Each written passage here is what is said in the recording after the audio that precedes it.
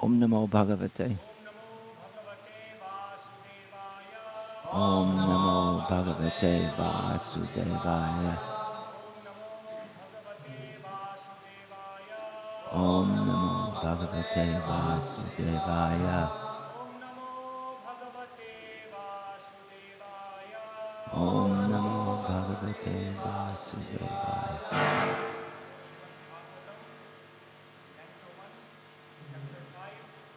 Text 18. Translation.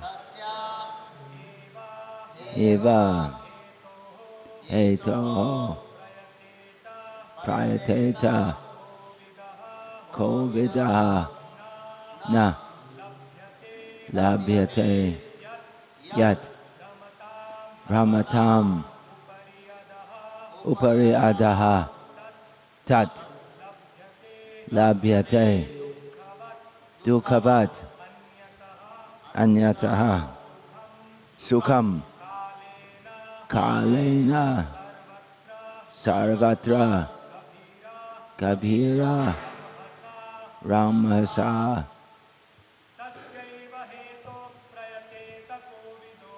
Tasyaiva Heto Prayateta Kovido Labhyate Prapta Apyataha Talabhyate Anukama Sukham Kalena Sarvatra Gabhira Rangasa Tasyaiva Heto Prayateta Kovido Nalabhyate Brahmasapram Uprayadaha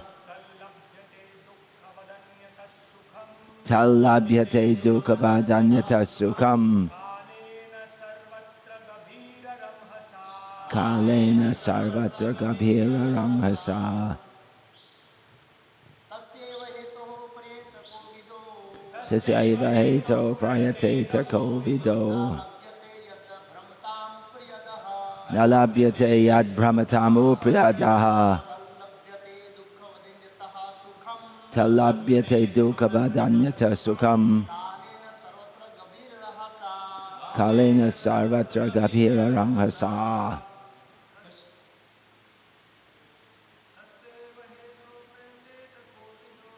Saivaheto Prayateta Kovido Nalabhyate Yad Brahmatamu Priyadaha Talabhyate Dukhavadanyata Sukham Kalena Sarvatra Gabhira Ramhasa Tasyaiva Heto Prayateta Kovido Nalabhyate Yad Brahmatamu Priyadaha Talabhyate Dukhavadanyata Sukham Kalena Sarvatra Gabhira Ramhasa Tasyaiva Heto Prayateta Kovido Talabhyate Yad Brahmatamu Priyadaha Talabhyate Dukhavadanyata Sukham Kalena Sarvatra Gabhira Ramhasa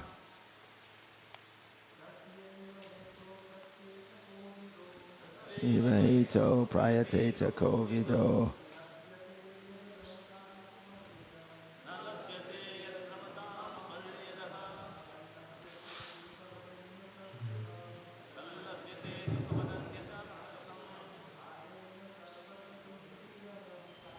Kalena Sarvatra Gabhira Ramhasa Tasya for that purpose Eva only Heto Prayateta to endeavor Kovidaha one who is philosophically inclined not Labhyate is not obtained. Yet, what? Brahmatam, wandering, Upriyadaha, from top to bottom, Tat, that, Labhyate, can be obtained, Kukhavad, life and miseries, Anyataha, as a result of previous work, Sukham, sense enjoyment, Kalena, in course of time, Sarvatra, Gabhira, certainly, Rambasa, progress.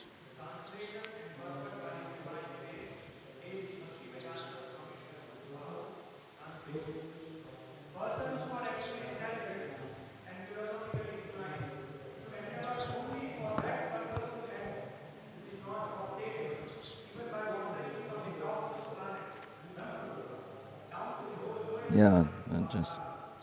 As far as happiness derived from sense enjoyment is concerned, it can be obtained automatically in course of time, just as in course of time we obtain miseries, even though we do not desire them.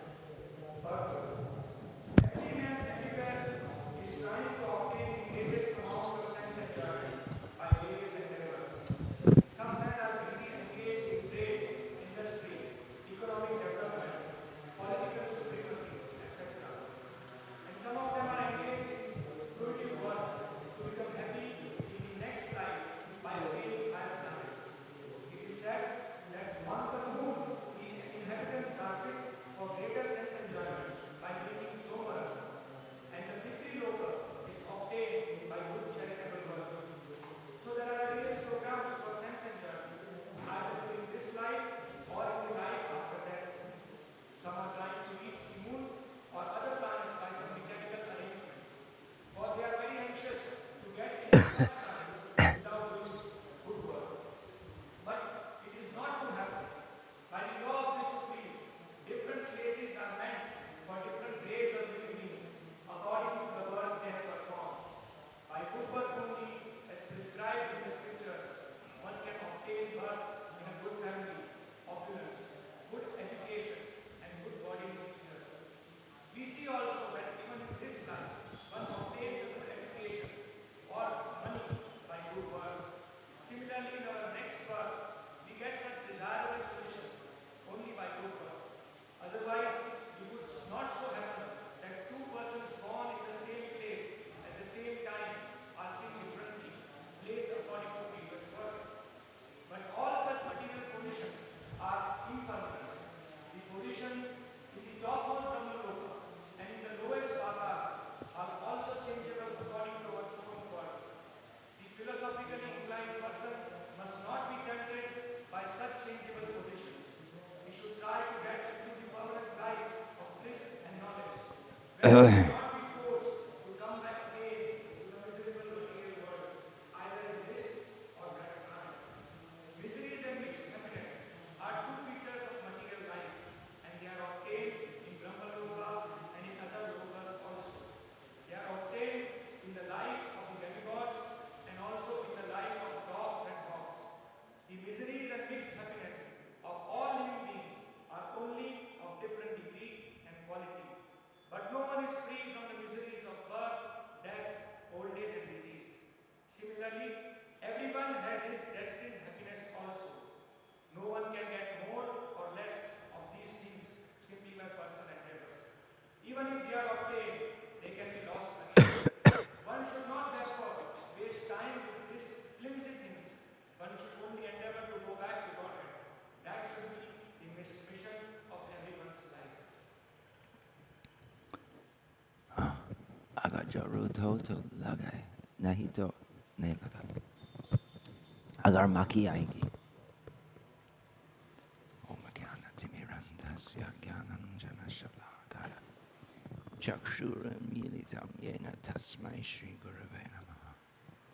नामश्रेष्ठं मनमपि शक्तिपुत्रमत्रस्वरूपं रूपं तस्य पुरीहातरघोषवती Radha Kundam Girivarama Radhika Madhavasha Prabdo Yasya Pratita Kripaya Shri Gurum Tannatasmi Vandeham Shri Guru Shri Gatav Padagam Shri Guru Vaishnavamscha Shri Rupam Sagrajatam Sahagana Raghunatam Vidam Tam Sajivam Sadvaitam Savadutam Parjana Sanjam Krishna Chaitanya Deva Shri Radha Krishna Pada Sahagana Lalita Shri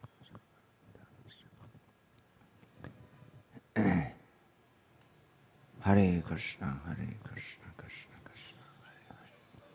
Hare Rama, Hare Rama. There's another verse with a very similar meaning in the Bhagavatam, in the 7th canto. Can anyone think? Srimad Bhagavatam quiz.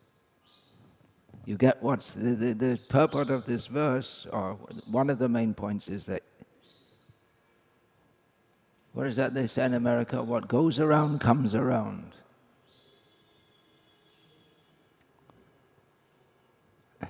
Sukham Aindriyakam Daitya Deha Yogena Dehinam Sarvatra Labhyate Daivad Yata Dukham Ayatnataha. So it has the same meaning, that there's no need to endeavor for happiness. You'll get it anyway, just like you get unhappiness without trying for it. So that point is also stated in this verse, but here it's stated rather what one, as well as stating that, it also states what one should do, which is to endeavor for a different kind of happiness altogether that one cannot get in the material world.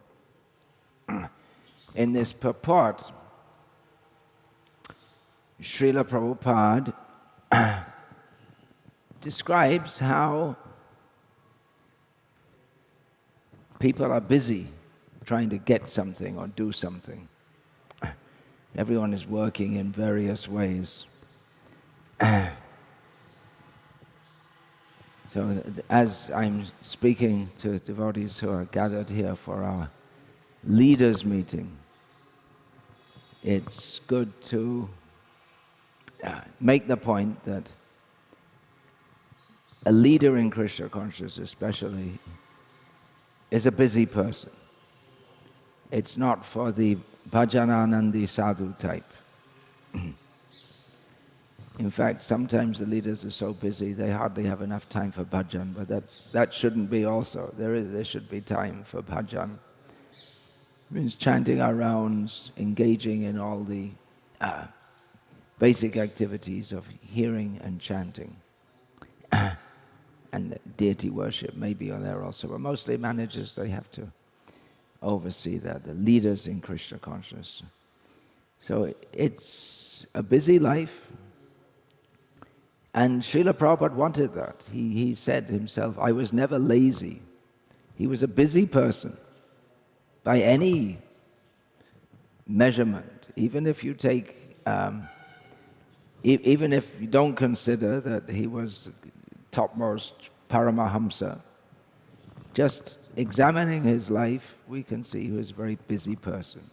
In his family life, in his retired life, as I often say to people who are around the age of retirement, because in Hindi they say retirement, nivrit hona. To aisa bolta हूँ तो निवृत्त होने के पश्चात और ज़्यादा प्रवृत्त होना चाहिए भगवान की सेवा में. So after retirement from material activities, one should be more nivrit, means just like detached from, and more engaged in, more busy in Krishna's service. And Srila Prabhupada certainly showed that example. So everyone's busy, unless one's completely in the mode of ignorance. Even in the mode of ignorance, you see, around here, I've seen around here, there are so many dung beetles. I have no idea what they're called in Hindi, but you see they're what are they called? Any idea? You don't get them in Delhi. You must get them up in Punjab in the fields. All the insects are killed by pesticides, along with the human beings are getting killed. Cancer Punjab, they're getting the reactions for killing so many pests. There's no word in Sanskrit for pest. I mean, you can say krimi, but it's the word pest, the implication, pest, some nasty thing that you have to kill it. There's no such concept. What do they call? Kriminashak, pesticide. But it means insect killer, more or less. Anyway, getting off the point. But they're very busy. You can see them very busily rolling their ball of dung. And if by accident you happen to kick and their ball goes away, what a distress for the poor dung beetle. Of course, that life is in the mode of ignorance, but humans in the mode of ignorance, the prime characteristic is alasya, dirghasutri, laziness. Dirghasutri means, what's the word in English? Putting things off? Procrastination. So they're just too lazy. Srila Prabhupada told the story once of there's a competition to see who's the lazy person. So two men are lying down. They're all lying down in the laziness competition. And this house was set on fire. And the men didn't even want to move when the house is on fire.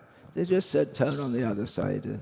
It won't burn that side. It'll only burn on one side. So that's laziness to the point of insanity. It's also, if you find someone lazy, you can light their dhoti or something like just to get them enlivened. So, not recommended, but it's a possible psychological method.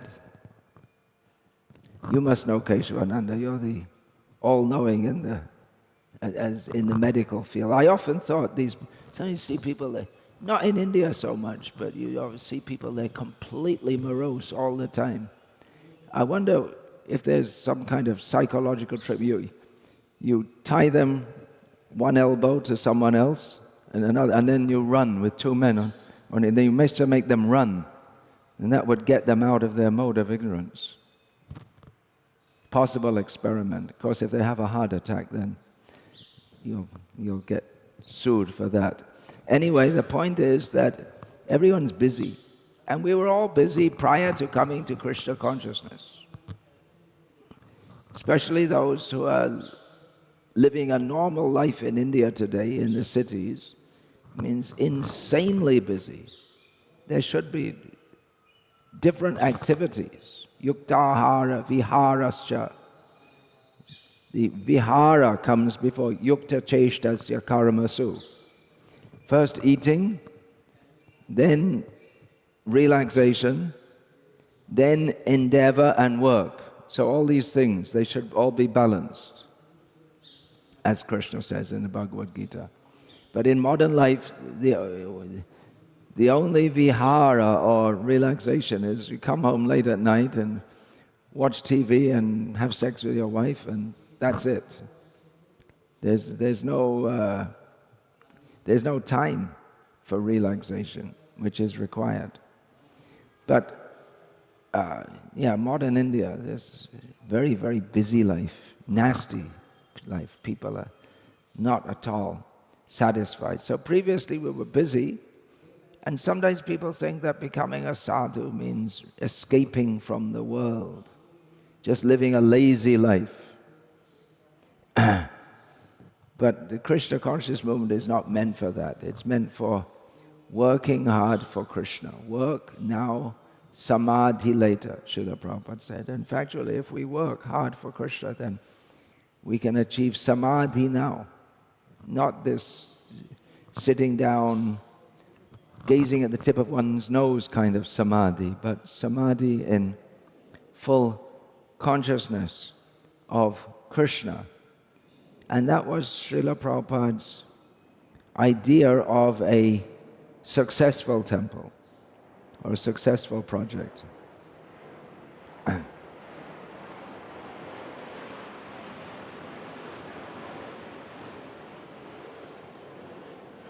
and the pilots are busy flying their planes. Indian Air Force, Jamnagar. How many Air Force airfields are there throughout India? Do you know? 8 to 10. Yeah, Indian Air Force. 8 to 10 only, huh? I saw at Porbandar there was a Navy airstrip. That's very minor. Did you see that? That's not Army either, that's Navy. Army and Navy hate each other, do they? In most countries they do. You would know, Krishna Kirti, maybe, being from a military background. They envy each other like anything. So, anyway, I'm talking a lot of nonsense these days, but anyway, I'm supposed to be talking about being busy in Krishna's service. That was Srila Prabhupada's idea of a well-managed temple. It means lots of books are being distributed, lots of activity. Srila Prabhupada said temple means activity. There should always be some activity, so that when people come, they're attracted. If you just go to a temple and the only activity going on is the bats passing stool, as we see in some temples, it's not very attractive. Not in ISKCON temples, so far. But if there are activity, always kirtan, someone is there to greet you, and there's a spirit of preaching spirit.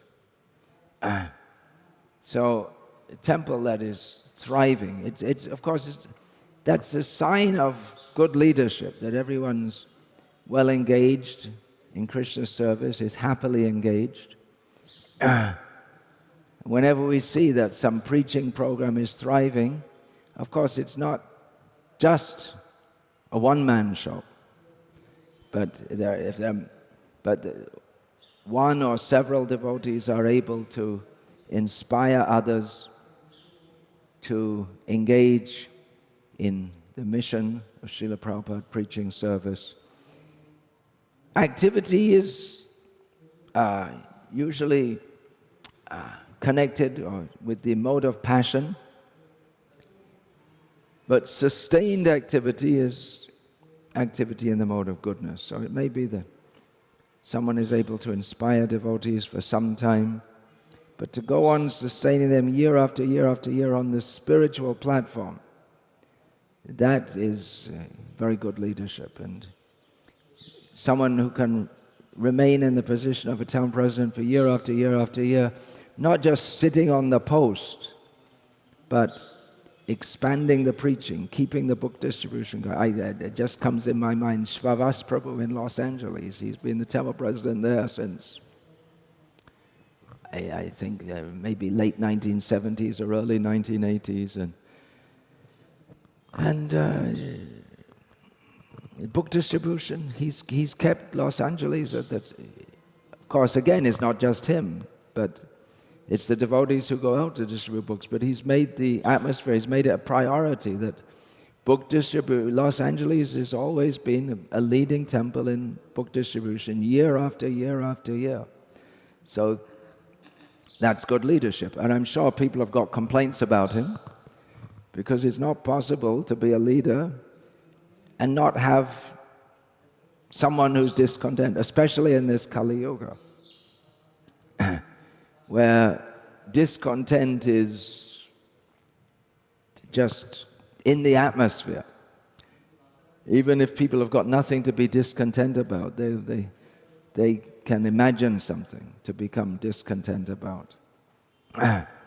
So, if we see that temple activities are going on, activities for glorifying Krishna, for spreading the Sankirtan movement, then we can know that there's good leadership. And if it's not, if everything's dull, or even if things are going on, but it's going on in a formal manner, that means it's leadership is lacking. It is possible to keep a temple running on very efficiently year after year by paying people to do the job. But that won't, you can pay pujaris And everyone else, every position, including the town president, can award himself a fat salary also. But that won't have the life of Krishna consciousness. It looks like it's going on. All things are going on well, but it won't have the same spirit or life that comes from devotees dedicating themselves selflessly. And then Krishna reciprocates with that, so the devotees become spiritually enlivened. And it is easier to pay people or devotees, if you want to call them, to do the job. But it won't be on the spiritual platform, because then they're working for money. That's all. They can say and do and everything just as it seems right, but it's not right, because they're not, the prime motivation is not the pleasure of Krishna. And then you don't have to motivate others to surrender to Krishna if you're paying them, because anyway, it becomes like in any other job. You do the job or you don't get the money. That's all. So there's no need to try to inspire others or set a good example oneself. But that won't please Krishna. So as I was saying, that there will be complaints, and as you all know, a large part of leadership or management in Krishna consciousness is dealing with various problems which arise. Kalena sarvatra gabhira ranghasa. It applies. It's not just some statement from some ancient book which has got no relationship. It's right here and now in our lives. That by the influence of time, it's so subtle we can't imagine what's going on. And it's like that. You might be peacefully chanting your rounds, and all of a sudden you say, well, the temple's on fire, or someone's kid fell down and broke their bones, and just all kinds of things. Just expect the unexpected.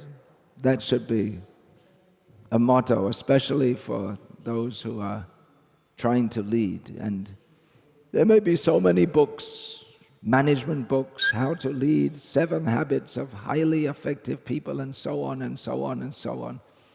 But no course or personality development or leadership skills, none of these theoretical courses can prepare anyone let's be a little kind here, because we're supposed to be nice.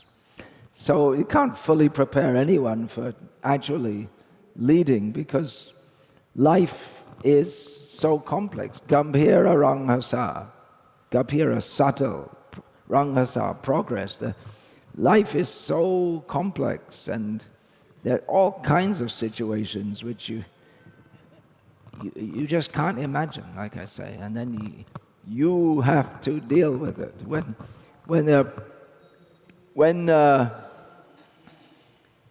When things are going fairly well, then people may complain that this isn't right and that isn't right. But when there's a big problem, they all dump it on you, right? It's your problem.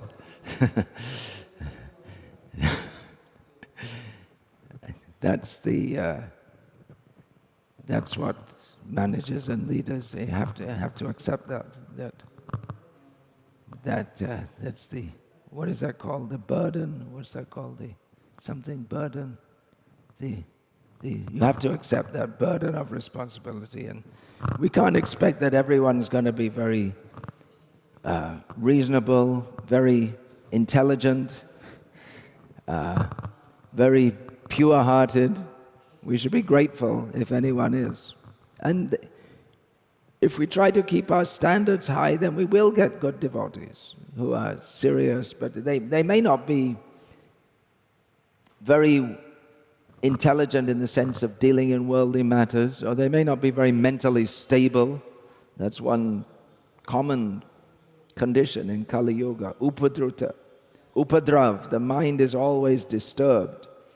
And we ourselves, we're also products of Kali Yuga. We're struggling with our own anarthas, and we're supposed to be perfect, but we're not. So what can we do? Ask Draupadi.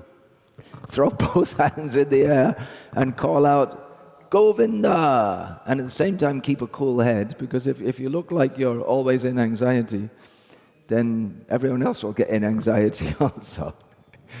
So what to do? You just have to go on with faith in Krishna. Management means to be exposed to all kinds of problems and conflicts, and it's the nature of Kali Yuga that if people don't have anything actually to fight over, they'll invent something to fight over. I think all these sports were arranged for that reason, so they can, what's the word? Anestheses, or puts in a formal format the rivalry between different countries. I think I was in Croatia once, and I went to the Serbian embassy to get a visa. And they said, someone else coming to get it, because there were so many Croatians coming, because there was a football match between Serbia and Croatia. And that's something like a cricket match between India and Pakistan. It's just the same kind of rivalry they have going on. But instead of literally killing each other, which is going on between India and Pakistan every day, and went on between Serbia and Croatia, how long ago? 25 years ago, something like that. Then they have a football match, and they can just hate each other on a football game, and it doesn't really cause much harm. So that envy is there, and there's always some conflict. Someone thinks, you should do it this way, you should do it that way, and he didn't treat me properly, and this and that, and on and on and on. So again, one way to avoid that is just pay everyone and then tell them to shut up. But it won't foster devotion. It won't purify anyone. We're talking about spiritual leadership here, in which the endeavor is not just to get the job done, but to lift everyone up so that they can come above all these petty disagreements. If we have a major mission that we're doing together, just like in a war, I was just talking about the war between Serbia and Croatia, then people, that's Machiavellian politics, and since time immemorial. If there's conflict within the state, then choose a war, make a war with the neighboring state. And then everyone, because they're fighting with each other, then instead they turn their enmity they unite together to fight the outside enemy. So in the same way, if we have a mission, we have to distribute so many books. 62 Bhagavatam sets were distributed in Surat in 15 days, just before the Rath Yatra. That's pretty good, isn't it? But there is one major drawback, that there are at least 6 lakh people in Surat who didn't get a Bhagavatam set. Right? Hey, many more actually. But what's the population of Surat? 60, 70 lakhs. Okay, so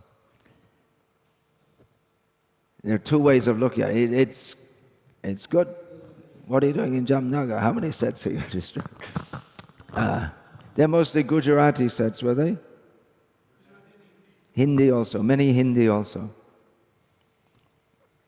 Yeah. I think the Hindi people have more taste for reading because that culture was inculcated by Gita Press. So they have an idea of having spiritual books in the home. So anyway, the point that instead of saying, we just read 62 books, 62 sets, okay, good. So let's have some prasadam and relax. Have some prasadam and don't relax. What about the other 6 lakhs? Okay, everyone, now you relax for 10 minutes, now okay, time to do more. So pushing, Srila Prabhupada said this is a pushing movement. He said, just like my spiritual master pushed me, and actually he did. He came again and again in the dream, said, you have to take sannyas. And then he felt he's pushing me, and he said, I'm pushing you. You have to push others. This is parampara. So this pushing, of course, pushing can also make people feel uncomfortable, maybe push them over if you push them too hard. So it's a great art how to push people without pushing them out of Krishna consciousness. It's a great art. But if there's no pushing, then they'll just vegetate and rot and not become inspired. So, like I say, one way to get rid of conflicts is just pay everyone. But actually that won't solve everything. That means you can just tell them to shut up. But among themselves, they'll be fighting and this and that. One way is just to ignore the problem. That's I learned that from the highest echelons of our movement. If you don't like something or someone, you just ignore them. But it doesn't solve the problem. It's ostrich with the head in the sand policy. There must be some similar thing in Sanskrit, but if there is, I don't know it. Just pretend the problem isn't there. But the real thing is to bring people to a higher level. Just like Arjuna, he wanted to avoid the conflict. Let's all be nice.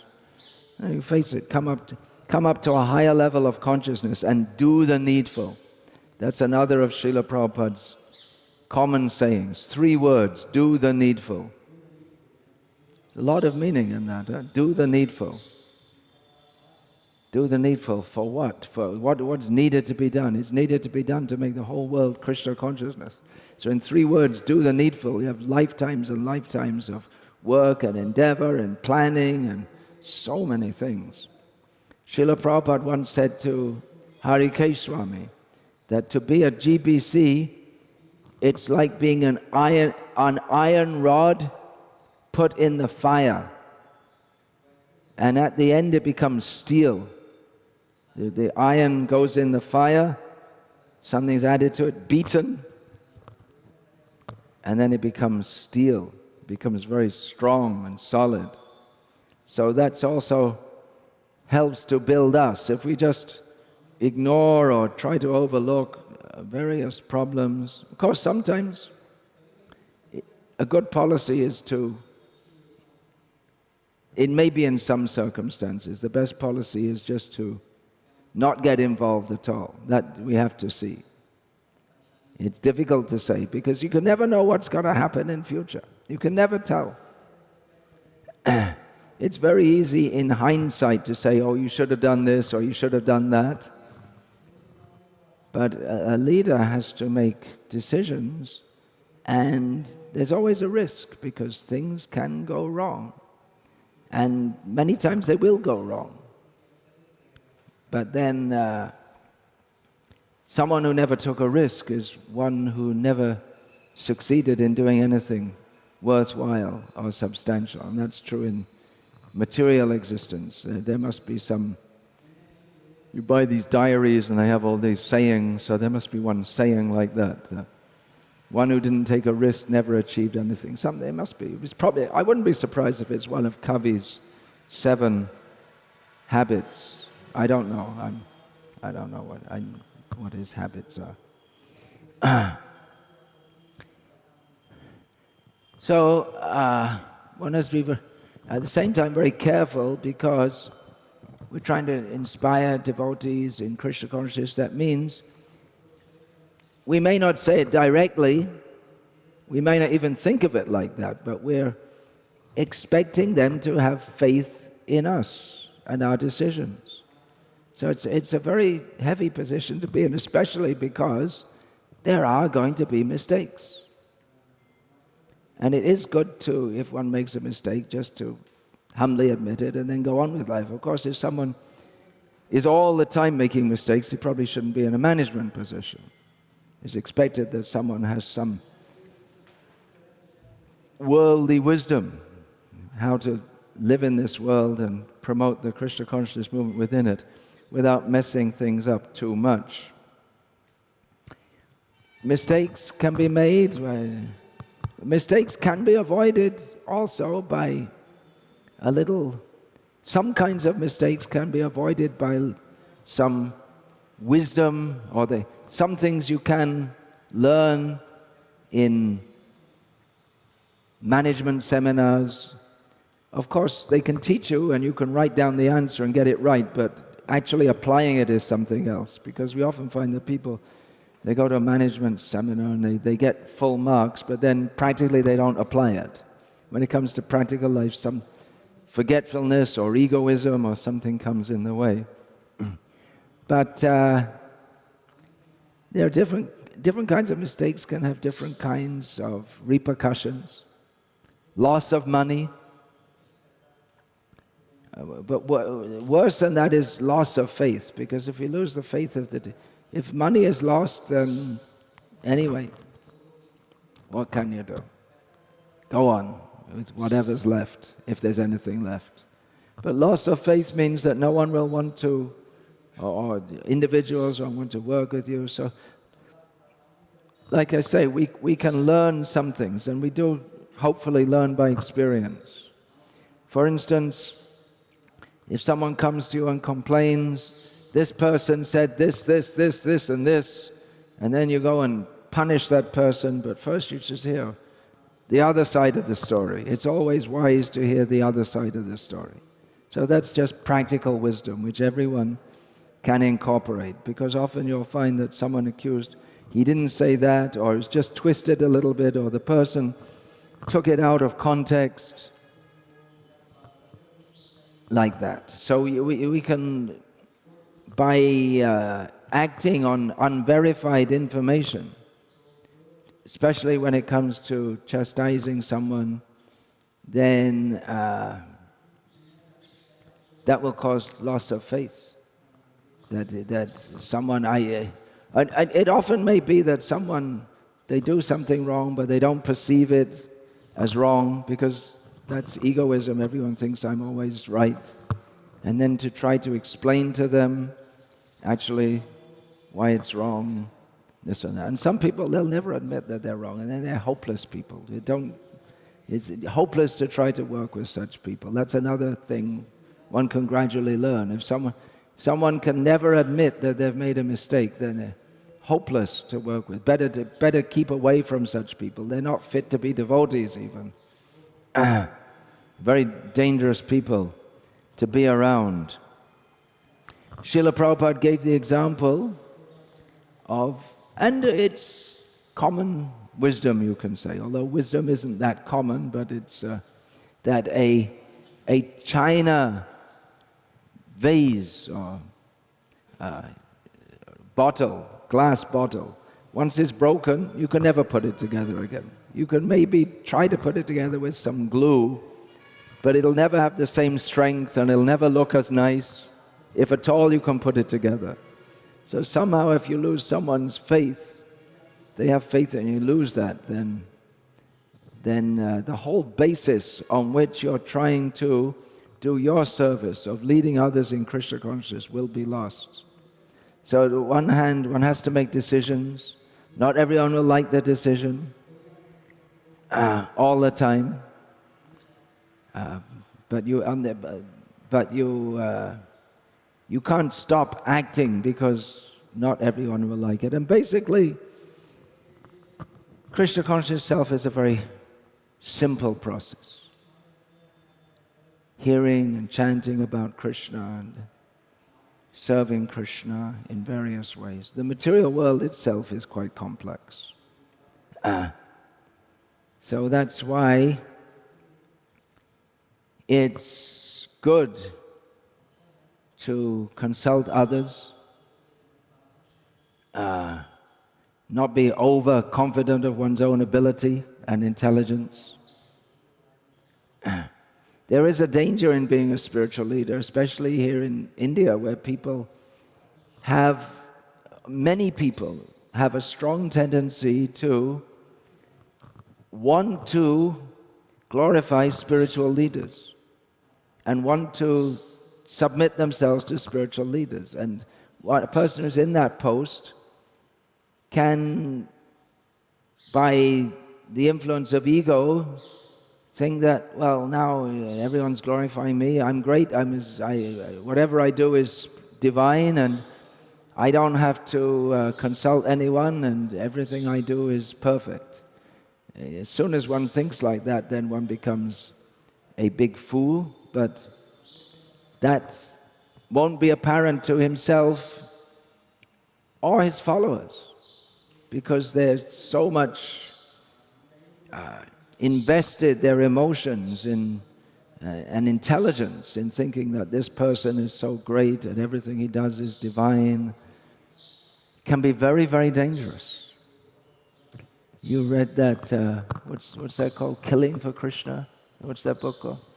Which Kirtanananda, in his New Vrindavan, thought he was invincible because he was always surrounded by people who thought he was as good as God. And he was as good as God as long as he was just doing the work of God. But then when if he ever was at any point only doing that.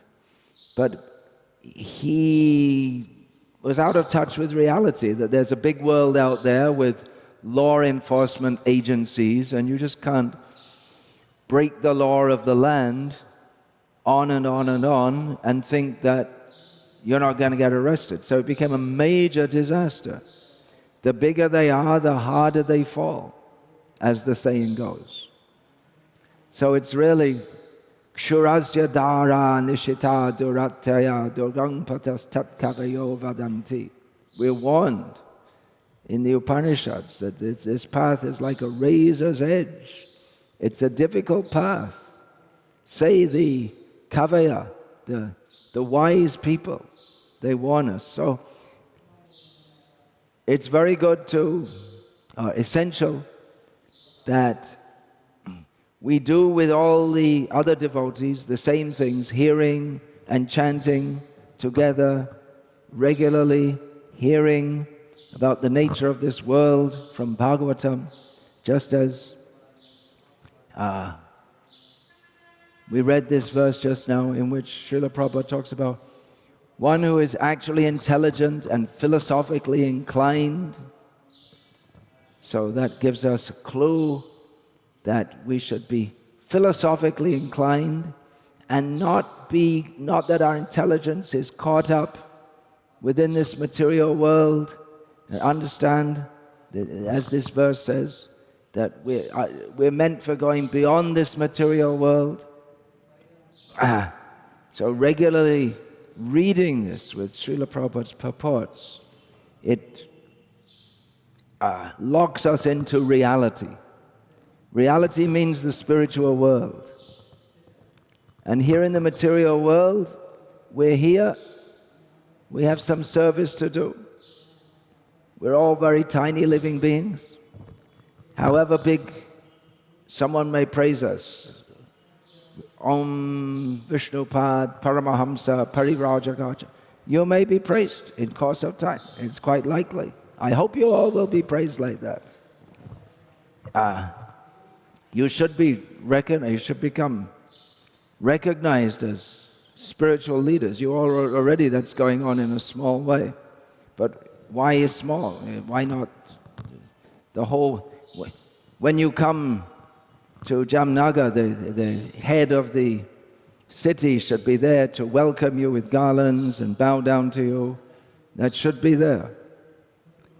But at the same time, one has to be very, very careful. And one sign of intelligence, even material intelligence, is to recognize the limits of one's own intelligence and understand that, well, I might have learned a few shlokas from Bhagavad Gita, but now I have to build a temple. I don't know anything about building temples, so I should consult someone who does. That makes sense, doesn't it? Or now I have to set up a community. I should consult someone who knows something. It means you can contact an architect, or in some community, then one should keep in contact with those devotees who have already gone through the stages that we've been through. That's one reason we organize these meetings, so that devotees can share their experiences, which means their mistakes also, so we can avoid the mistakes of others.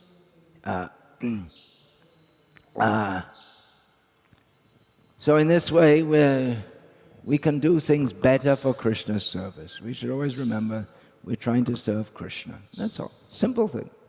Just we have a different role. As Srila Prabhupada often said, the person who's worshipping the deity, people think, oh, the one who's offering the arati to the deities must be a very Mota Maharaj, isn't it? In Gujarati they'll say, big Maharaj. And someone who's cleaning the floor, there's some ordinary person. But Srila Prabhupada said, in Krishna's vision, it's all the same.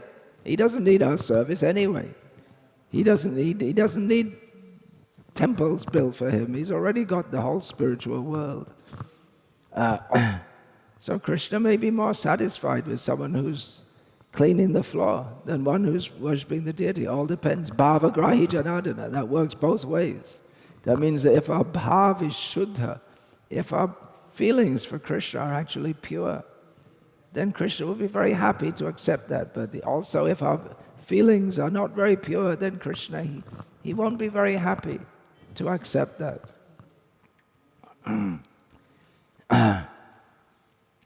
So if our own intentions are pure to serve the mission of Srila Prabhupada, the mission of Chaitanya Mahaprabhu, then that will be imparted to others.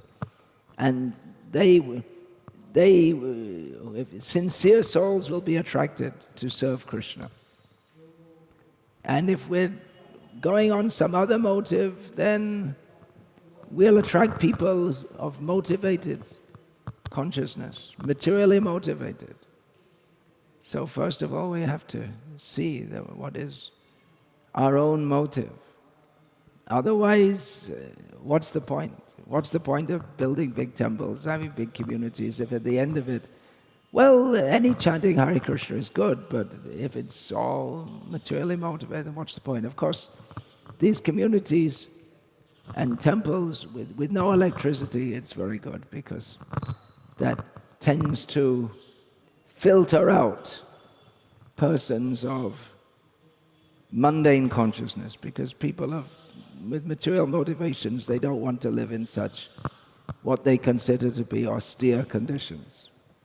But there may be some also who somehow, we can't quantify or measure the influence of Maya. It may come in all kinds of ways that we can hardly imagine. And if we think now we got Maya all worked out, we know everything that's going on, then we can know for sure that we're in Maya and she's got some other trick that's going to come in some way or other that we just simply cannot imagine. It's just like in warfare, or hot and cold wars, and they're always trying to think of some way in which some kind of weakness they can find and exploit that. And now there's become one major area of military endeavor, apart from armies, and then there's propaganda that was discovered. Propaganda to what's the word? Dehearten. I can't remember the word exactly. Make despondent the soldiers on the other side and the people on the other side. And now now the whole thing, cyber warfare, a major part. And always trying to find if there's any weakness and exploit that. It's always some, and then in cyber warfare, of course, it's a very, very complex and like this. So Maya is like that. She has all kinds of ways to enter. And again, we can't expect that all devotees are going to be very totally pure-hearted. And that's a major reason for the Varnashram projects. At the present time, we're doing the Varnashram projects for devotees who are very serious, that they want to dedicate their life to Krishna. And they're moving to the farm to get that atmosphere. But actually, the Varnashram project is meant for engaging all kinds of people who may not be very Krishna conscious. Do some work, chant Hare Krishna, come to the kirtan. This kirtan mela, I often think it's like that. It's for those who are, it is a facility for those who are not, I'm not saying everyone who goes there, but many who are not very serious to chant Hare Krishna on a daily basis and do daily sadhana. They can go to the kirtan mela and have a few days of bliss chanting Hare Krishna. And then they go back to their TVs and their dogs and their cats and their budgerigars and who knows what else they're doing on. And once or twice a year they go to a kirtan mela. So it's good for them. But that's not going to lift you all the way back to Godhead. For that one needs regulated sadhana. But not everyone's going to be on that platform. So come do some work and join the kirtans in the evenings. That's one facility of the Varnashram is supposed to engage people like that. All kinds of people. In this regard, I want to mention something now, because I actually for the meeting, but I'll bring it up now as it's come up in the course of talking. That, okay, so we want to establish Varnashram. Not everyone's not going to be fully Krishna conscious. Then do we promote demigod worship? How about that? If we're going to set up a Vedic society, I'll tell you why I'm asking this, because one disciple of mine, her daughter's at school in Gujarat. She's about 12 years old, something like that. And she wants to do Gauri Puja, worship of Gauri. When we say Gauri, we think of Shama Gauri, Nitya Kishore, Radha, but generally people think of Parvati. So the Gauri Puja is done. The young girls at that age, if they're not married yet, they do it with the aim, the idea, praying to Gauri that they can get a good husband. So we want to encourage them to have this kind of mentality, isn't it? The girls, instead of, I'll go through 10 or 12 abortions and then I'll marry someone and I'll still keep 2 or 3 of my old boyfriends, which is what's going on in some places. I was recently in Bangalore. I was talking with some devotees and their sons, 22, 23 years old, and they want to get him married because in that community they still marry. I just said, don't marry him to a Bangalore girl. They say, yeah, we know. Find some girl from a small town or something, not a Bangalore girl, because they're already completely spoiled. They said, we know. They said, we know already. They said that the first thing they'll say is they're not going to live with the parents, and they will dictate that I'll go on working, and then when I want to have a child, I'll have a child. Just horrible. Should I say that? Well, I said it already. Might get me in trouble on the internet. But I'm not saying every Bangalore girl, but especially those who are from the good families and who have a good education. So that this getting back to this young girl, she wants to do Gauri Puja. All her friends are doing it. And even I saw in Baroda as we were going on the Rath Yatra, there was some sweet shop advertising some sweets for offering in Gauri Puja. Still a big thing. It's good, isn't it, that they should cultivate such an attitude. But on the other hand, it's worship of a demigod-S. So do we encourage that or not? The gopis worship Katyayani, same thing. Of course, that was forgetting Krishna. But these are the kind of complex questions that was going to arise. I know in Hungary that at the farm there, Shivaram Maharaj, who's definitely in the Western world way ahead of everyone in establishing Varnashram, he has small temples of Shiva on the farm. I didn't ask him why exactly, but that's a standard thing, actually, in Vedic culture. When you have a temple, Vishnu temple, especially a major temple, you have a Shiva temple also. At the Yoga Pit, Bhaktivinoda Thakur installed 2 Shiva lingams. You know that in Mayapur? When you go, there's the main temple, and then you go around to see the little temple of Koka Nimai. Koka Bengali means little boy. So little boy Nimai with Sachi and Jagannath. If you go around the back, you'll find there are 2 Shiva lingams for protecting. So do we do that? I've always been very cautious about that, because you know what it's like in India. As soon as you open the door to demigod worship, then there's no end. But it is part of Vedic culture. It's in Bhagavad Gita, Krishna decries it. Well, in the beginning, he says it's good. That's a beginning, karma kanda. But then he goes on to say, actually, it's not so good after all. Better you worship me. So these are the kind of questions, very complex questions. Maybe it's not very complex to someone who's got clear vision, but then we may discuss this. If people are quite materialistic, they want to eat meat. Well, Srila Prabhupada, he also said that they can eat meat. We're not against and said we're not going to stop meat eating. Prabhupada said it'll always be there. Even in New Vrindavan, he said, you make an arrangement with the local butchers. We'll give you the dead cows. You can sell the meat. He said that. And he said, Prabhupada, they won't allow it, because you're not allowed to, you're only allowed to sell meat if you kill the cow.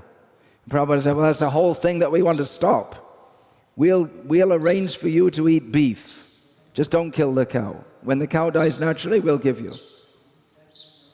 And Prabhupada often said, you all know because you all read Prabhupada's books, he often said that you can kill and eat some unimportant animal, like buffaloes and sheep, goats, dogs, but don't kill cows. If you want to eat meat, you can, within the Vedic prescriptions. So, presumably, as Srila Prabhupada in this first canto, he talks about the Vedic king like Parikshit. So definitely in Parikshit's kingdom, there must have been animal killing going on. But according to Vedic injunctions, must have been allowed. At least the Chandals will do. They're not allowed within the village, but they're allowed to do whatever they like outside the village. They're not allowed to kill cows, but they are allowed to kill all kinds. And there are temples. For the low caste people, they have their temples and they sacrifice. Even the high class people, it used to be until recently, the animal slaughter was going on in a big way in Nepal, Pashupatinath. That was going on under the direction of the king of Nepal. Then at Mysuru, was that Chamundeshwari temple, they used to sacrifice so many animals. Now they stopped it. But it was better in the old days when it was allowed and slaughterhouses weren't allowed. Now the Vedic ritualistic animal slaughter is stopped and the slaughterhouses are going on. So it's better that they had the Vedic system. So these are things we have to consider. It's that you're going to have Vedic society. They're going, under rules and regulations, drinking of alcohol may be allowed. Meat eating, some concession for illicit sex, gambling. It's there in Hari Bhakti Vilas, you know that? You should gamble on Diwali day. It's right there in Hari Bhakti Vilas. is very common here in Gujarat, no? Gambling on the day after Diwali. Here it's Janmashtami. In Hari Bhakti Vilasa it says, day after Diwali. That doesn't mean we should do it. But someone may do it. They're allowed for one day. And then presumably someone has to hold their hand so they just don't gamble everything away, which people may do. So anyway, these are just some points. I suppose we don't have to consider them right now if we're going to set up a Chamundeshwari temple and have animal sacrifices. But there are the things we can consider for future also. Just one more thing about myself, as I've been saying for years, that I have to write my books. So I'm actually getting serious about this now.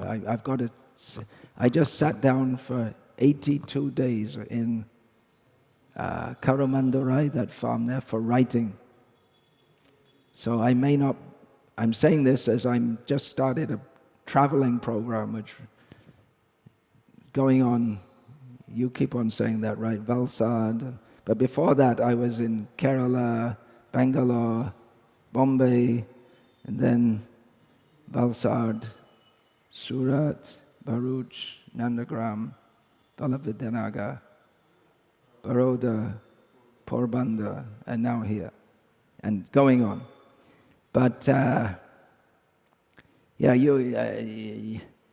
you can develop all these projects and everything you're doing. I should write books. I have important books to write, and especially for these farm projects, this big book, which is going to be bigger than Bhaktisiddhanta Vaibhav, on Vaishnav culture, etiquette, and behavior. All the little details you have to put in that, so I have to finish that. And the Mood and Mission book is still going on. If I wasn't going to the West, I could possibly have got it finished this year, but anyway, I'm going to the West. I have to get a visa and see the devotees there, so if you don't see me so much, you can see me in the book. You can see me on Facebook. That's another important thing. Internet preaching, very big scope.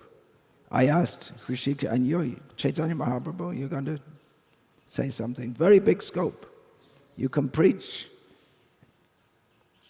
everywhere, literally, all over, as long as people understand the language. So most of the Facebook, there's a lot of preaching going on already in English and Hindi. I'm talking about Hinduism in general here. There are a lot of swamis and gurus and yogis and sadhus, but in the local languages, I don't think there's much going on.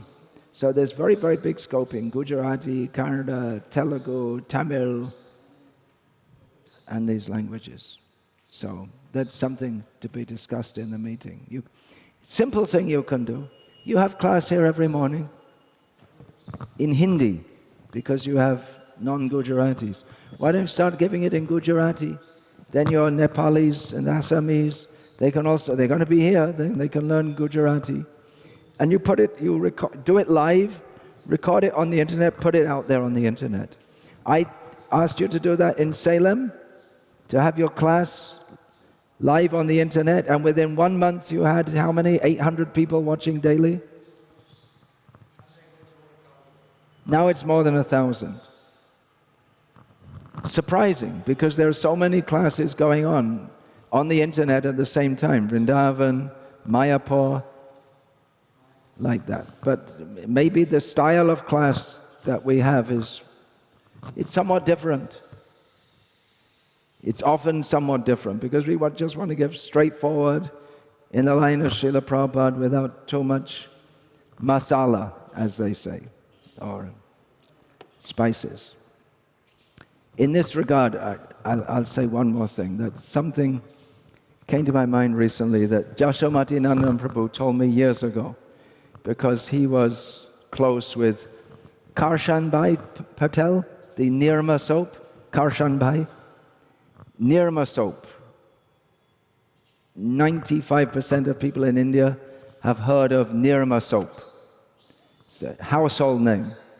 He was an from a farmer family, became a huge businessman based in Ahmedabad. So Jashomatinanda was close with him. I'm not sure if he's even alive still, Karshambai. He's quite old when I last saw him. So anyway, Jashomatinanda Prabhu told me that he, Karshambai, had told Jashomatinanda Prabhu that I am not in competition with surf. The surf is expensive soap for the middle-class people. This Nirma is for the ordinary people. He said, I made a new market. And you may remember in the old days, washing soap was cloth soap. You got these bars made of fish oil, which stink and didn't clean the cloth very well. But that's what the poor people used to use. And Karshan Bhai Patel, he made Nirma soap, which is a little bit more expensive and much better. And he got a whole new market himself. So this just came to my mind recently when I thought, we're not in competition. I'm saying we, I'm talking about all of you here, and those of you who preach and teach and live as I try to do, and consciously I try to closely follow Srila Prabhupada. We're not in competition with the storytellers and the joke tellers and the compromisers. We're not we got a different product. So we can do our preaching and don't expect that all the ISKCON's going to follow. But those who want, they will appreciate and they will come.